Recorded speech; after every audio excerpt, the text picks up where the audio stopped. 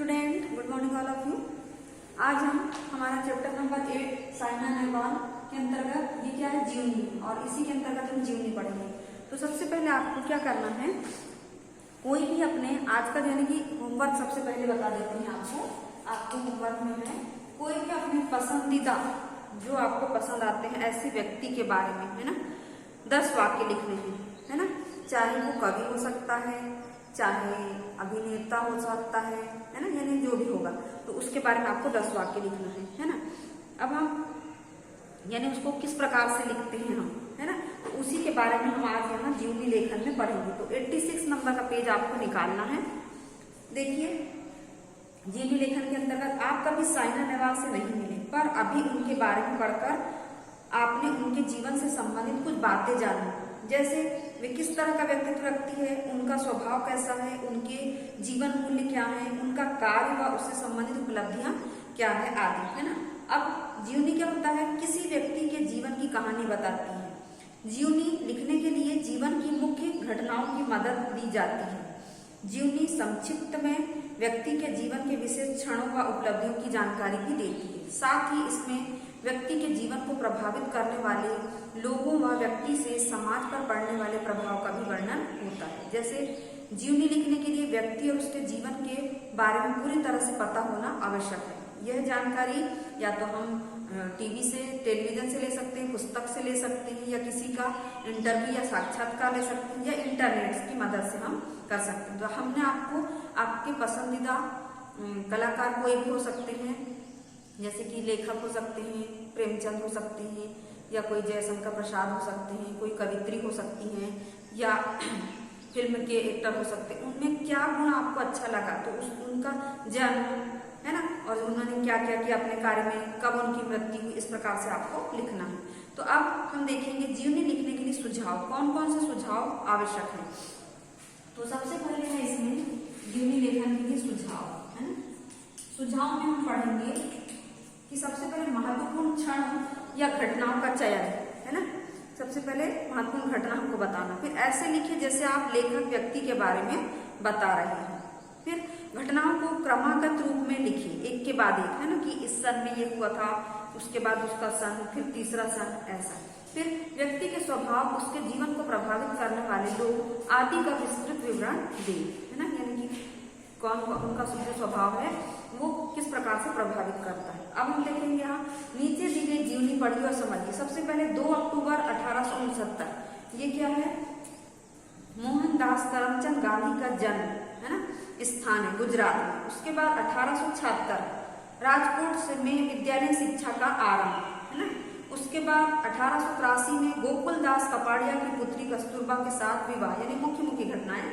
फिर 1888 कानूनी शिक्षा प्राप्त करने के लिए इंग्लैंड गमन।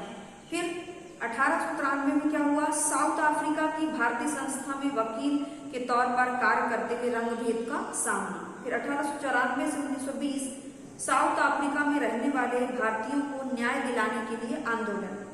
फिर 1914 में क्या हुआ, भारत लौटकर किसानों की मदद के लिए आंदोलन। फिर 1920 में अहिंसा के नियम का अनुसरण करते हुए अंग्रेजों के खिलाफ असहयोग आंदोलन की शुरुआत, ठीक है। फिर 1930 में भारत में लागू नमक कानून के खिलाफ साबरमती से दांडी यात्रा। फिर 1942 में भारत छोड़ो आंदोलन का नेतृत्व। फिर 1948 में 69 वर्ष की उम्र में नाथूराम गोडसे की पिस्तौल से निकली गोली से इनकी मृत्यु हो गई, ठीक है। अब हम आगे बढ़ेंगे पूरा जीवन परिचय। ये जीवन परिचय इसी को हमने क्या करें, पॉइंट बना कर इसी में से छाट के अब आपको लिखना है। तो आप या तो महात्मा गांधी का तो यहाँ लिखा हुआ है, किसी का भी देख लीजिए, जवाहरलाल नेहरू का देख लीजिए, और कोई है प्रेमचंद का देख लीजिए, जयशंकर प्रसाद का देख लीजिए, महादेवी वर्मा का, है ना। तो आप कोई भी लिख सकते हैं, तो इंटरनेट में सर्च कर लीजिए, या फिर आपको, है ना, टेलीविजन में तो इंटरनेट में तो हमको सब मिल जाता है। हाँ, अब देखेंगे हम मोहनदास करमचंद गांधी का जन्म 2 अक्टूबर 1869 को गुजरात के पोरबंदर में हुआ था। उनकी विद्यालयीन शिक्षा राजकोट में हुई। छोटी उम्र में ही उनका विवाह कस्तूरबा गांधी के साथ हो गया था। इंग्लैंड में कानून की पढ़ाई करने के बाद वे 1893 में साउथ अफ्रीका की एक भारतीय संस्था में कार्यरत हो गए। वहां उन्हें काले गोरे के आधार पर रंग भेद का सामना करना पड़ा। उन्होंने इस पीड़ा से अन्य भारतीयों को बचाने के लिए आंदोलन की शुरुआत की। इसके कारण उन्हें कई बार जेल भी जाना पड़ा, पर उन्होंने हार नहीं मानी। अहिंसा का पालन करते हुए उन्होंने नागरिक अधिकारों के लिए कार्य किया। फिर 1914 में गांधी जी भारत लौट आए और यहाँ भारतीय नागरिकों और किसानों के लिए अंग्रेजी कानूनों के विरुद्ध लड़ाई आरंभ की। आगे देखिए, गांधी जी अहिंसा में विश्वास रखते थे। उनका यही नियम 1920 के असहयोग आंदोलन का आधार बना। इस आंदोलन ने पूरे विश्व को दिखा दिया कि कैसे बिना हिंसा के भी आंदोलन किया जा सकता है। 1930 में गांधी जी ने साबरमती आश्रम से ऐतिहासिक दांडी यात्रा शुरू की। उन्होंने नमक पर लगे कर को हटाने की मांग करते हुए दांडी में नमक बनाकर इस कानून को चुनौती दी। इस उल्लंघन के लिए उन्हें लगभग 1 लाख अन्य नागरिकों के साथ जेल भी जाना पड़ा। 1942 में गांधी जी ने भारत छोड़ो आंदोलन का नेतृत्व किया। यह आंदोलन भारत को अंग्रेजों की गुलामी से आजाद करवाने की दिशा में एक महत्वपूर्ण कदम रहा। फिर 1948 में नाथूराम गोडसे ने गांधी जी को गोली मार दी। वह दिन इतिहास के काले दिनों में से एक था। फिर आगे है, गांधी जी ने अपने जीवन और आंदोलन से बहुत सारे व्यक्तियों को प्रभावित किया। उन्हें आज भी बापू के नाम से जाना जाता है। अब हम करेंगे आओ करें 10। तो आज आपको क्या करना है, यहाँ पर आओ करें 10 होमवर्क में करना है, ठीक है। तो हम देखेंगे यहाँ पर लिखा है, अपनी माता जी या परिवार के किसी भी एक सदस्य का साक्षात्कार कीजिए। यानी अगर आपको साक्षात्कार करना है तो अपनी मम्मी को ले सकते हैं, पापा को ले सकते हैं, है ना, और उनके जीवन से जुड़ी महत्वपूर्ण बातें जानिए, है ना। बातचीत की मदद से जीवनी लिखिए। तो सबसे पहले नाम मम्मी का या पापा का, फिर उनके माता पिता का नाम, शिक्षण संस्थान विद्यालय कहाँ से उन्होंने पढ़ाई की, फिर विद्यालय की कोई खास उपलब्धि, क्या हुआ उनके साथ में, शिक्षा संबंधी अन्य बातें, पसंद व नापसंद, पसंदीदा विषय, है ना, फिर सपना और जीवन को प्रभावित करने वाले लोग। ये आपके मम्मी पापा का जीवन परिचय आपको लिखना है ना। ऐसा जरूरी नहीं है कि जो मर चुका है उसी का लिखेंगे, हम अपने घर में भी किसी का लिख सकते हैं या आस पड़ोस में किसी का लिख सकते हैं, है ना। अब हम देखेंगे यहीं पे सोचो और बताओ के अंतर्गत साइना नेहवाल बैडमिंटन में ऐसे ही अलग अलग क्षेत्र में अलग अलग प्रसिद्ध खिलाड़ियों के नाम आपने सुने। नीचे दिए गए खेलों में अपने मन पसंद भारतीय खिलाड़ियों के नाम लिखिए। तो सबसे पहले यहाँ पर हम सोचो और बताओ भी कर देते हैं, है ना। सोचो और बताओ, ठीक है। इसके अंतर्गत हम देखेंगे साइना नेहवाल बैडमिंटन खिलाड़ी है। ऐसे ही अलग अलग क्षेत्र में अलग अलग प्रसिद्ध खिलाड़ियों के नाम आपने सुने होंगे। नीचे दिए गए खेलों में अपने मनपसंद भारतीय खिलाड़ियों के नाम लिखिए। तो सबसे पहले है खेल का नाम और खिलाड़ी का नाम। तो हॉकी में धनराज पिल्ली, फुटबॉल सुनील छेत्री, शतरंज विश्वनाथ आनंद, तीरंदाजी जयंत तालुकदार, मुक्केबाज MC मैरी कॉम, ठीक है। अब हमें क्या है, ये भी हम आज पढ़ लेते हैं क्योंकि छोटा सा है तो हम आज इसकी को यहाँ पर भी तैयार कर लेते हैं, हमें ख्याल है, ठीक है।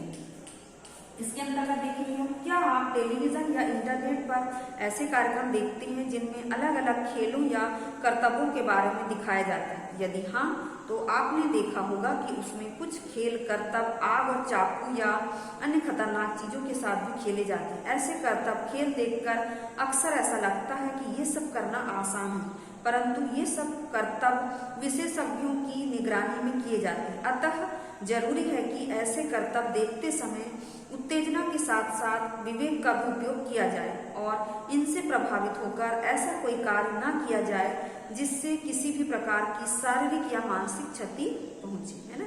तो ये जो दिखाया गया है वो आपको बस पढ़ना है, सोचना है उसके बारे में। तो ये आपका चैप्टर जो है यही समाप्त हो गया। अब हम जो हमारी सेकंड बुक है वो लेते हैं, उसमें देखेंगे हम आज आपको आओ करें 10 और मेरी बारी 8, है ना। देखिए अब यहाँ पर लिखा है 29 नंबर का पेज निकालेंगे आप, उसमें देखेंगे दिए गए जीवन चित्रण को पढ़िए और देवेंद्र झाझड़िया की जीवनी लिखिए। तो सबसे पहले नाम है देवेंद्र झाझड़िया, व्यक्तिगत जन्म चूरू राजस्थान 1980, जीवनी पत्नी का नाम मंजू, कबड्डी खिलाड़ी है, बच्चे 2, एक पुत्र एक पुत्री है, पैरा ओलंपिक में भाला फेंकने वाली खिलाड़ी है, वर्तमान में भारतीय रेल में कार्यरत है। 8 साल की उम्र में बिजली का तार छूने से करंट लगा, जिसके कारण बायां हाथ काटना पड़ा, है ना। अब हम देखेंगे आगे कि 1997 में उन्होंने क्या किया था, विद्यालय में खेल दिवस के अवसर पर भाला फेंकने की प्रतियोगिता के दौरान द्रोणाचार्य पुरस्कार से सम्मानित कोच R.D. सिन्हा का ध्यान उन पर गया। 2002 में दक्षिण कोरिया के 8वें खेल महोत्सव में स्वर्ण पदक जीता। फिर 2004 में सबसे पहले एथेंस में भारतीय समर पैरालंपिक खेल में भारत का प्रतिनिधित्व। फिर खेल में 62.15 मीटर की दूरी तक भाला फेंककर बनाया गया विश्व कीर्तिमान। अगला है स्वर्ण पदक जीतने वाले दूसरे भारतीय पैरालंपिक खिलाड़ी की सूची में शामिल। फिर अर्जुन पुरस्कार से सम्मानित। अब हम देखेंगे 2012 में उन्हें पद्मश्री से सम्मानित किया गया। 2013 में फ्रांस में विश्व चैंपियन F46 भाला फेंक प्रतियोगिता में स्वर्ण पदक। 2014 में एशियन पैरा खेल में साउथ कोरिया में रजत पदक। 2015 में दोहा में आयोजित विश्व चैंपियनशिप खेल में रजत पदक। 2016 में F46 भाला फेंक प्रतियोगिता में अपना ही रिकॉर्ड तोड़कर 63.97 की दूरी पर स्वर्ण पदक जीता। अब यहाँ पर बोला गया है, यह भी जाने पैरालंपिक एक खेल के ओलंपिक खेल है जिनमें विभिन्न शारीरिक अक्षमताओं से प्रभावित खिलाड़ियों को विभिन्न खेल खेलने और जीतने का अवसर दिया जाता है ना। अभी हम यहाँ पर पढ़ेंगे मेरी बारी 9, ठीक है। उसके बाद इसमें देखिए, दिए गए गद्यांश को पढ़कर नीचे दिए गए प्रश्नों के उत्तर दीजिए। तो सब लिखा है पैराग्राफ में, एक अन्य महिला बैडमिंटन खिलाड़ी PV सिंधु पर आज आपको आवकारी 10 और मेरी बारी 8 को तो पढ़ना है, 9 पढ़ना है, ठीक। आवकारी 10 और मेरी बारी 9, ठीक है। तो इसमें देखेंगे हम, एक अन्य महिला बैडमिंटन खिलाड़ी PV सिंधु पर आज पूरा भारतवर्ष गर्व करता है। सिंधु एक उभरती हुई खिलाड़ी है। इनका पूरा नाम पुसरला वेंकट सिंधु है। सिंधु एक विश्व वरीयता प्राप्त महिला बैडमिंटन खिलाड़ी है। ये ओलंपिक खेलों में भारत के लिए एकल वर्ग में रजत पदक जीतने वाली पहली भारतीय खिलाड़ी है। सिंधु भारत की राष्ट्रीय चैंपियन में भी रह चुकी है। सिंधु ने वर्ष 2016 में चीन ओपन का खिताब अपने नाम किया। सिंधु का जन्म हैदराबाद में 5 जुलाई 1995 को हुआ था। इनकी माता का नाम P विजया और पिता का नाम PV रमन है। दोनों वॉलीबॉल के पेशेवर खिलाड़ी रह चुके हैं। इनके पिता को वर्ष 2000 में अर्जुन पुरस्कार से सम्मानित किया गया। सिंधु ने पुलेला गोपीचंद से प्रभावित होकर बैडमिंटन को अपना कैरियर चुना। इन्होंने महज 8 वर्ष की उम्र में बैडमिंटन खेलना शुरू कर दिया।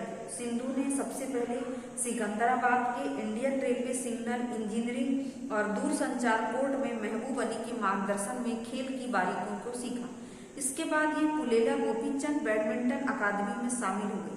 गूगल की तरह से जारी बयान में कहा गया है कि महिला एकल बैडमिंटन के सेमीफाइनल में विश्व की नंबर 6 खिलाड़ी नोजामी अकुहारा को हराने के बाद सिंधु सबसे अधिक खोजी जाने वाली भारतीय खिलाड़ी है। अब हम इसके क्वेश्चन करेंगे। देखिए, सबसे पहला क्वेश्चन है, सिंधु ने किससे प्रभावित होकर बैडमिंटन को अपना कैरियर बनाया? पुलेला गोपीचंद से, है ना। सेकंड क्वेश्चन है, सिंधु के पिता को किस खेल में महारत थी? तो वॉलीबॉल। अगला है, सिंधु के पहले कोच कौन थे? महबूब अली, है ना। फिर बैडमिंटन के मैदान को क्या कहा जाता है? कोर्ट, है ना। सिंधु ने किस उम्र में खेलना आरंभ किया? 8 वर्ष में, है ना। तो यह आपका चैप्टर आज ही समाप्त हो गया है। आपको पहले लेवल टेस्ट की तैयारी करना है, उसके बाद ये वीडियो आप अच्छे से रखेंगे, उसको देखेंगे और फिर होमवर्क करेंगे। तो आज आपको सिर्फ आओ करें 10 और मेरी बारी 9, है ना। 8 तो बना हुआ है। तो धन्यवाद बच्चों, आज की क्लास हम यहीं समाप्त करें।